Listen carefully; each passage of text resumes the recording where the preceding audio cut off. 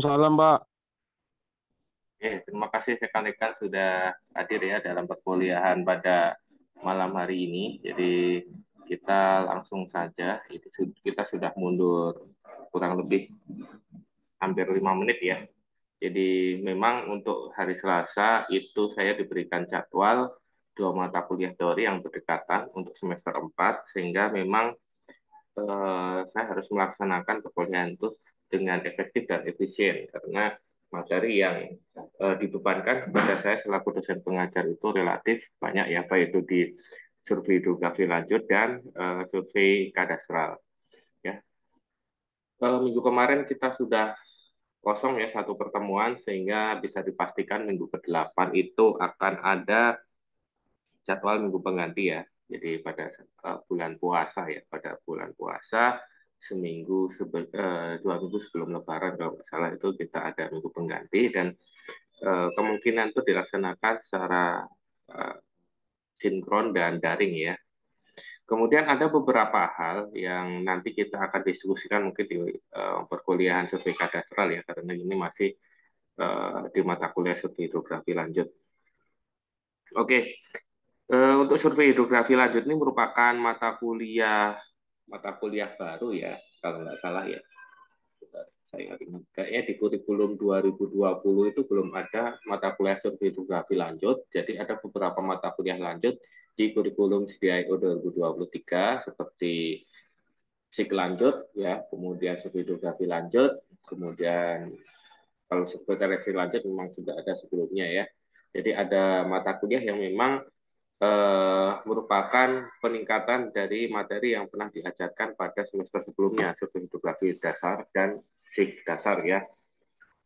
Sehingga nanti arahnya itu kemana ya, arahnya ini lebih memperdalam pemahaman dan konsepsi kita dalam mempelajari survei hidrografi lanjut ya, survei hidrografi ya. Jadi survei hidrografi tidak hanya terkait hanya pengukuran. Nah, ini contoh dokumentasi rekan-rekan mahasiswa. Kalau dilihat dari jaketnya itu sepertinya angkatan 2020 ya, ini angkatan 2020 atau 2019 yang melaksanakan survei hidrografi ya pada pada zaman itu. Pengajarnya ada tiga ya, Bu Siti eh, atau Bu Cai, kemudian saya dan Pak Ghazali selaku laboran yang melakukan pembelajaran praktek. Jadi pokok pembahasan pada hari ini ada dua. Yang pertama adalah terminologi survei hidrografi ya mendasar. Kemudian yang kedua adalah terkait ruang lingkup survei hidrografi. Hidrografi berasal dari serapan bahasa Inggris hydrography gitu ya. Yang secara etimologis hidrografi berasal dari hidrografik ya, sebagai kata yang berhubungan dengan sifat dan pengukuran badan air. Misalnya kedalaman dan arus. Ini sumber dari Merriam-Webster online tahun 2004 dalam Purbandono dan kawan-kawan 2005 ya. Purbandono ini salah satu apa namanya doktor doktor di ITB ya, di Teknik Geodesi ITB, yang baru-baru ini mendapatkan gelar guru besar ya, guru besar di ITB ya. Dan kalau di Indonesia memang salah satu dosen yang paling aktif membuat buku-buku referensi terkait hidrografi adalah punya Pak Purbandono. Jadi kalau misalnya teman-teman ingin mengangkat topik TA tentang hidrografi, teman-teman bisa uh, mencari referensi dari dosen atas nama Pak Purbandono.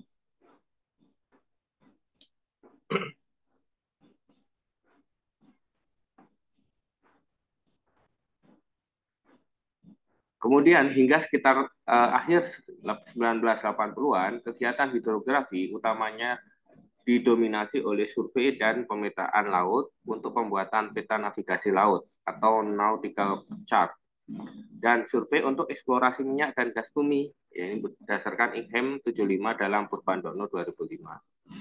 Peta navigasi laut memuat informasi penting yang diperlukan untuk menjamin keselamatan pelayaran, seperti kedalaman perairan, ya, seperti batimetri ya, kemudian rambu-rambu navigasi ya untuk pemetaan alur pelayaran ya, yang PBL-nya dimentroi dengan Bu Cai itu juga nanti akan bersinggungan dengan materi ini.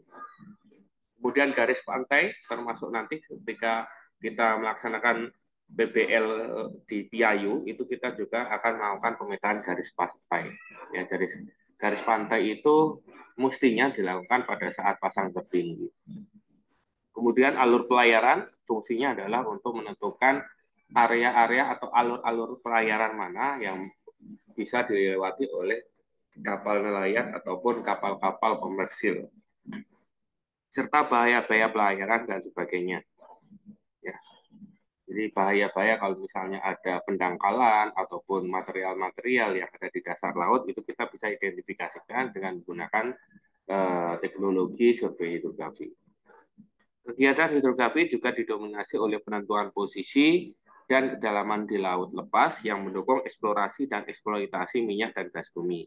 Ya, penentuan posisi itu dulu untuk survei hidrografi itu masih menggunakan total station ya. Total station yang kita aplikasikan adalah menggunakan pemotongan ke belakang ya. Jadi alat itu didirikan pada titik-titik PM yang sudah diketahui. Kemudian kita mencari sebuah titik atau posisi titik perum berdasarkan target yang kita pasang pada kapal. Ya. Jadi antara alat penentuan posisi dan juga pengukur kedalaman itu bukan merupakan alat yang satu paket. Sehingga banyak sekali koreksi yang harus dilakukan, baik saat koreksi waktu pengamatan di total station dan juga waktu pengamatan pada saat pemeruman yang menggunakan echo sounder. Kemudian berkembang lagi menggunakan teknologi RTK ya, RTK atau extraterrestris, di mana penentuan posisinya itu menggunakan teknologi GPS ya. Awalnya menggunakan teknologi extraterrestris di mana titik BM-nya itu dipasang di pesisir laut ya, kita pasang patok sendiri untuk melakukan pengamatan posisi perum itu menggunakan RTK ya. Kemudian berkembang teknologi N-trip, kemudian teknologi core, sehingga kita RTK-nya langsung menggunakan satelit yang dimiliki oleh BIG. Kemudian akhirnya karena pengukuran survei hidrografi itu banyak dilakukan pada area lepas pantai, maka kita harus menggunakan satelit yang berbayar, Omnistar, dan lain sebagainya. Sehingga koreksi dari posisi itu bisa kita lakukan pada saat langsung pemeruman di tengah perairan. Ya, jadi seiring berkembangnya teknologi ya, semakin cepat kita melakukan pemrosesan dan akuisisi data. Akan tetapi konsekuensi yang lain dengan kemajuan teknologi berarti alatnya juga semakin mahal, jelas ya. Selama beberapa dekade tahun terakhir telah terjadi pergeseran mendasar pada lingkup dan aplikasi hidrografi. Hidrografi tidak lagi semata-mata dikaitkan dengan pemetaan laut dan penentuan posisi. Ya. Tidak hanya sebatas survei hidrografi ya, yang pernah teman-teman pelajari di semester 3 kemarin, melainkan juga dengan hukum laut atau law of the sea, ya, yang akhir-akhir ini sering panas ya, terkait ada klaim Laut Cina Selatan ya di perairan Asia Tenggara, khususnya yang berbatasan dengan negara Vietnam, Filipina, Brunei, Malaysia, dan Indonesia. Dan aspek fisik dan pengelolaan kawasan pesisir secara terpadu atau Integrated Coastal Zone Management. Pergeseran ini diakibatkan oleh kemajuan teknologi, instrumen pengukuran, dan komputasi. Selain itu, pergeseran ini juga diakibatkan oleh permintaan masyarakat dan industri pengguna produk hidrografi sebagai akibat dari meningkatnya kegiatan manusia di kawasan perairan. Ya, jadi banyak sekali infrastruktur yang merupakan permintaan dari masyarakat yang tinggal di daerah pesisir, ya, bangunan-bangunan itu ya, reklamasi terutama ya, kalau kita lihat itu reklamasi kalau di Batam itu cukup banyak, kemudian di Jakarta ya PIK ya, Pantai Indah Kapuk itu merupakan salah satu area yang daerah reklamasi yang menjadi pro dan kontra karena sangat merugikan bagi nelayan di pesisir Jakarta Utara. Kemudian contoh yang lain adalah di Abu Dhabi ya. Di Abu Dhabi itu ada daerah yang direklamasi dan berbentuk seperti pohon kurma, pohon forma yang mengakibatkan merusak lingkungan sekitar gitu ya. Cara tradisional hidrografi terbatas pada survei dan pemetaan batimetri atau kedalaman saja. Nah, ini teman-teman yang kemarin sudah ikut join dengan pekerjaan proyeknya Pushidrosal itu kemarin sempat bingung ya. Survei hidrografi itu masalah terkait apa? Kalau kita bahas terkait batimetri, yaitu terkait hanya sebatas pemetaan batimetri aja.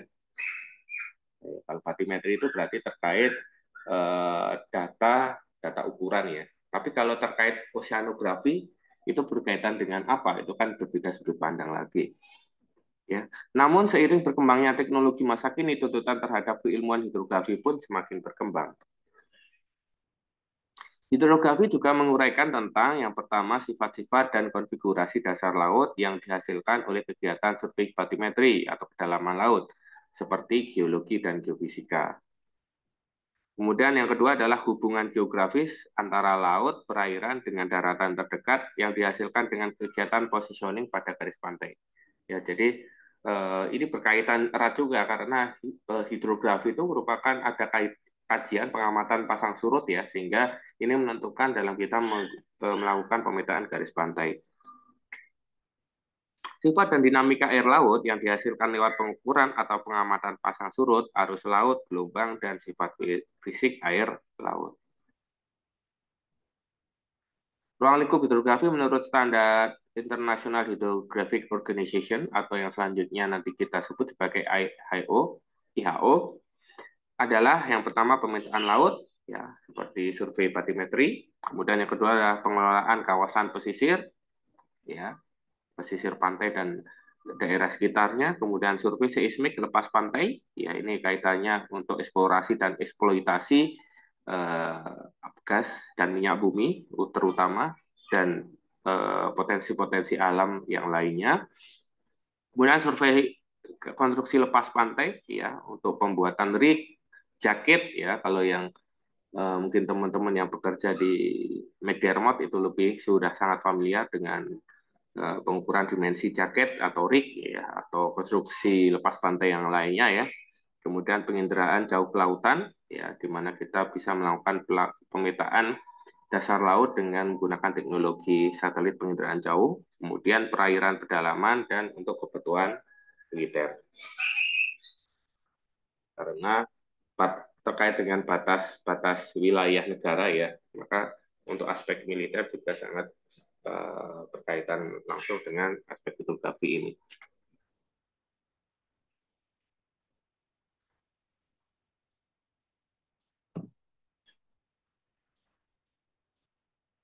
Dinas Hidrooceanografi atau yang selanjutnya disingkat sebagai Deshidros TNI Angkatan Laut atau sebenarnya kita sebut dengan Deshidros AL adalah lembaga yang berwenang menjalankan tugas sebagai kantor hidrografi nasional untuk Indonesia yang berwenang untuk menerbitkan, merevisi, dan memutakhirkan peta laut berikut ketentuan teknisnya.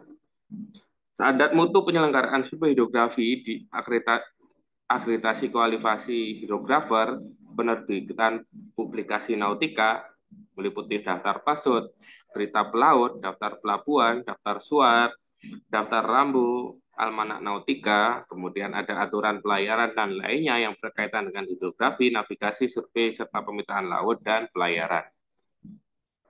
Ya, jadi terkait kegiatan-kegiatan itu merupakan tugas yang dimiliki oleh Deshidrosal ya. Jadi yang berwenang terhadap penerbitan perevisi dan pemutakhiran salah satunya peta laut itu adalah dari Pushidrosal. Ya, mungkin teman-teman yang dari bukan magang ya, praktek langsung dengan Pushidrosal kemarin sudah diajarin dan disuruh untuk mempelajari peta laut ya. Apa arti peta laut ya? Ada yang warna biru, ada yang warna putih. Itu kemarin juga menjadi PR yang harus dikerjakan oleh teman-teman. Ya, sama kalau misalnya kita bergerak di di pekerjaan geomatika, maka standar-standar survei itu harus kita perhatikan teman-teman ya. Jadi kita tidak hanya melakukan mapping saja, namun juga harus mengacu pada acuan yang berlaku di sana. Misalnya untuk pengukuran laut, berarti kita harus mengacu pada standar-standar yang ditetapkan oleh Pushidrosal. Ya, kemudian untuk pemetaan dalam rangka pemetaan pembuatan peta dasar atau pemetaan tematik itu kita tidak hanya membuat create map saja, tidak hanya dan tidak boleh hanya membuat atau create map saja, tapi Anda harus mengacu pada ketentuan-ketentuan perundangan yang ditetapkan oleh Badan Informasi Geospasial ya. Kemudian kalau aspek kadastral juga harus mengikuti ketentuan-ketentuan yang ditetapkan oleh Kementerian ATR dan BPN. Ya, jadi teman-teman itu ketika membuat peta tidak hanya mampu memiliki kompetensi untuk membuat peta menggunakan tools tertentu, tapi juga harus mengetahui ketentuan-ketentuan teknis dan yuridis terkait pemetaan yang Anda lakukan.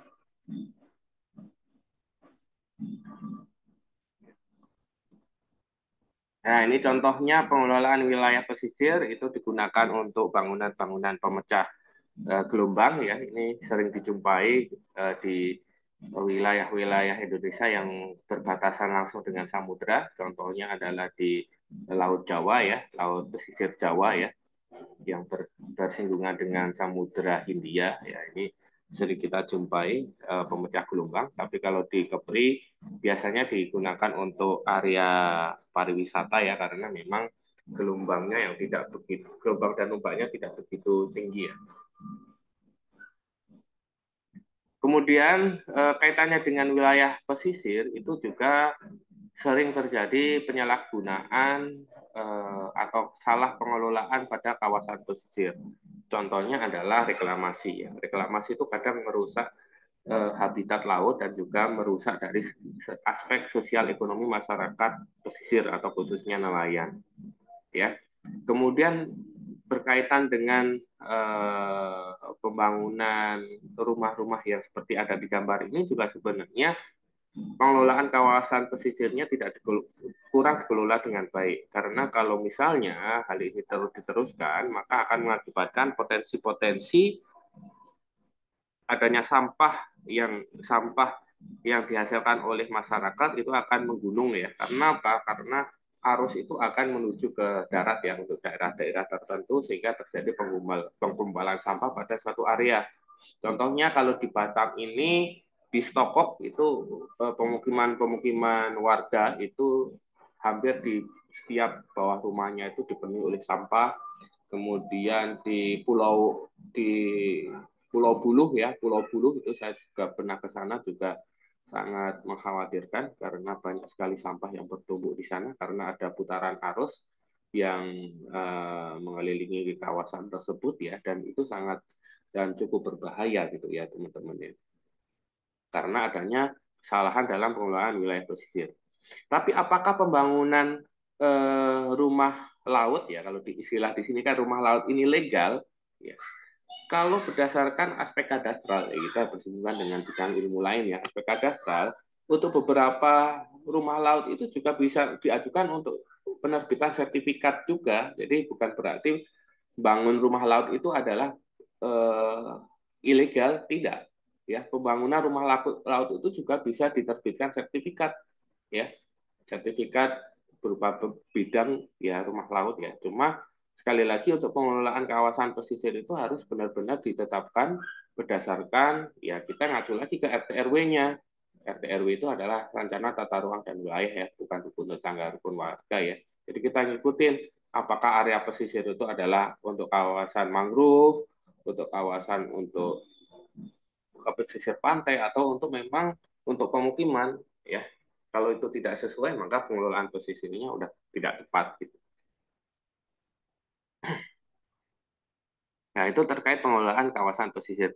Kemudian kalau terkait survei seismik lepas pantai, di mana survei seismik merupakan kegiatan pencarian sumber daya alam dan mineral di bawah permukaan bumi dengan bantuan gelombang seismik ya. Jadi kita menggunakan alat yang sering kita gunakan untuk survei seismik itu yang kita punya adalah side scan sonar ya.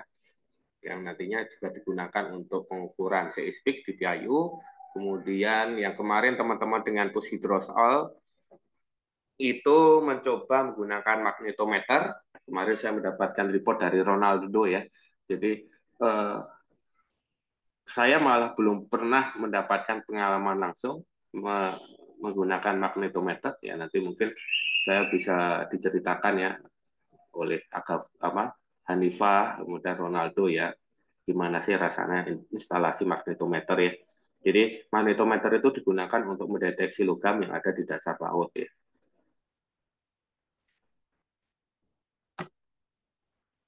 Nah, ini contoh ilustrasi survei seismik lepas pantai ya. Jadi alat yang digunakan itu terdiri dari blok ya, yang dia memiliki air gun, yang mana ketika dia memancarkan gelombang itu terdapat berbagai macam panjang gelombang, sehingga setiap panjang gelombang itu dapat menembus beberapa material di dasar laut ya. Misalnya ini ada 5 panjang gelombang ya, ada beberapa gelombang yang dia bisa hanya memantul ketika bergesekan dengan dasar permukaan laut.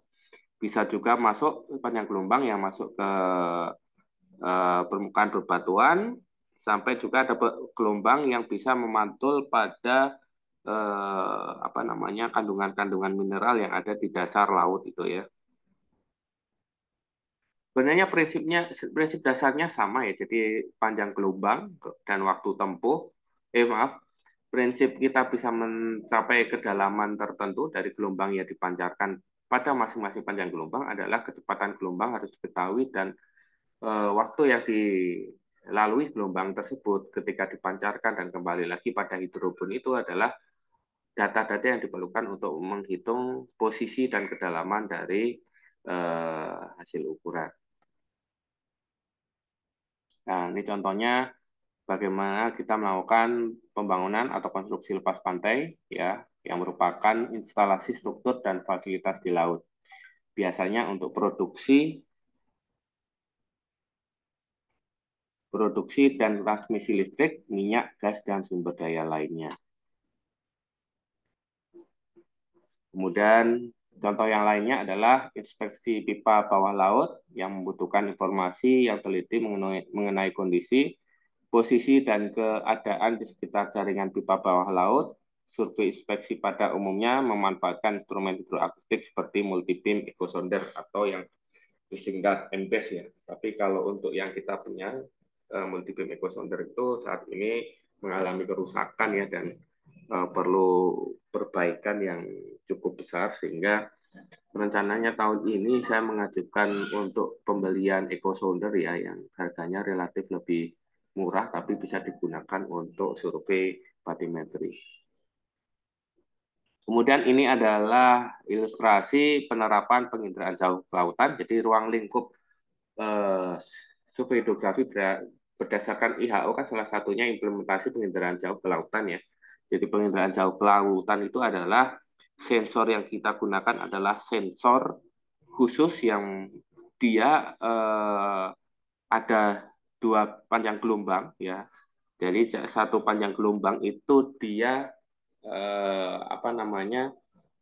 memantulkan permukaan air, dan ada satu panjang gelombang yang dia bisa tembus ke dalam permukaan air. Sehingga selisih elevasi yang dihasilkan dari setiap rekaman itu kita bisa mendapatkan data kedalaman suatu perairan. Nah, ini contoh hasil peta batimetri ya, dengan menggunakan penginderaan jauh ya, menggunakan satelit penginderaan jauh. Contohnya adalah GeoJSON ya, salah satunya. Kemudian ini pemetaan sea level ya, pemetaan sea level. Kemudian ada juga implementasi perairan kedalaman ya, ruang lingkup survei hidrografi berdasarkan IHO, di mana semua perairan yang terletak pada sisi darat dari garis air rendah dari pantai-pantai Indonesia, termasuk ke dalamnya semua bagian dari perairan yang terletak pada sisi darat dari suatu garis penutup. pada perairan pedalaman yang dangkal, survei hidrografi dilakukan dengan menggunakan USV atau Unmanned Surface Vehicle.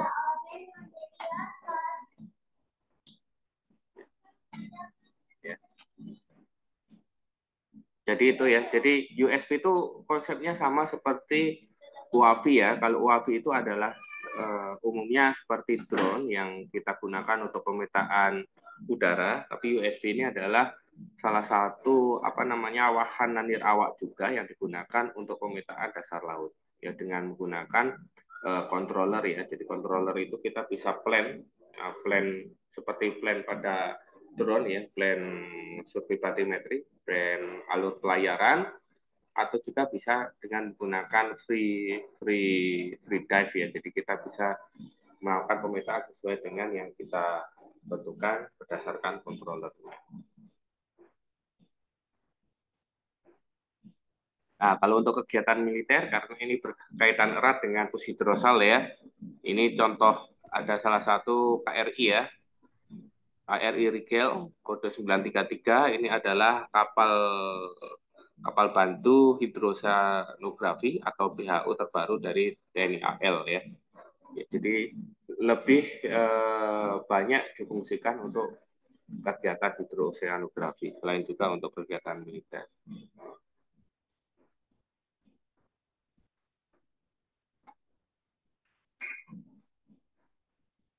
Oke, dari pemaparan yang tadi baru saya sampaikan, ada yang kira-kira ingin kita diskusikan, rekan-rekan? Silakan. Ini masih pengantar di survei hidrografi ya. Jadi maaf, survei hidrografi lanjut, dan sebenarnya tadi ya,